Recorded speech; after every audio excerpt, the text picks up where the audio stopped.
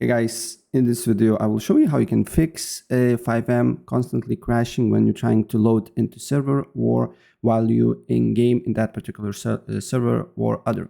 So the main reason for that is your clipping software.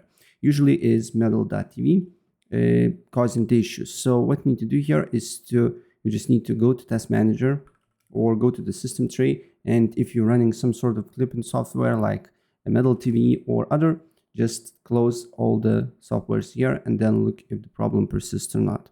If the problem persists, if you're using third-party antivirus softwares like Avast, McAfee, or others, also look if you're running them and then close them out. Other thing that can cause problem is your FiveM launcher. So we just need to look for FiveM, open file location, then FiveM again, open file location, and then right click again on the exe file and go to properties. Compatibility, run this program in compatibility mode 4, select Windows 8, run this program as admin, and look if the problem persists here. And the last thing what I suggest to do here is to where you see FiveM exe file, go to FiveM application data.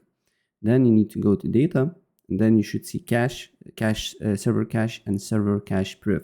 So you just need to go to these folders one by one and select all the files and delete them.